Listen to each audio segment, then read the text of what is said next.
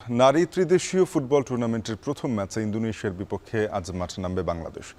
জর্ডানের King Abdullah II স্টেডিয়ামে রাত ৮টায় শুরু হবে ম্যাচটি। দলের অস্থিরতা শেষে নিজেদের সেরা ছন্দ খুঁজে পেতে মরিয়া নারী ফুটবলাররা। কোচের বিরুদ্ধে সিনিয়র ফুটবলারদের বিদ্রোহের কারণে তরুণ দল সবশেষ আরব আমিরাত সফরে ভালো সাফল্য পায়নি।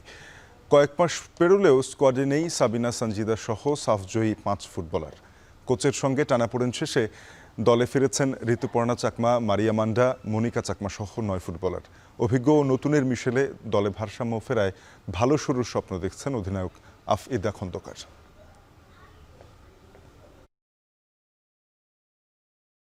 আমরা অনেকদিন আগে এখানে এসেছি যাতে আমরা ওয়েদারের সাথে একটু মানিয়ে নিতে পারি, তো সেভাবে আমরা প্র্যাকটিস করতেছি। কোচ আমাদেরকে ওইভাবে প্র্যাকটিস করাচ্ছে, যেভাবে তিনি নির্দেশনা দিচ্ছেন আমরা ওইভাবেই করার চেষ্টা করতেছি।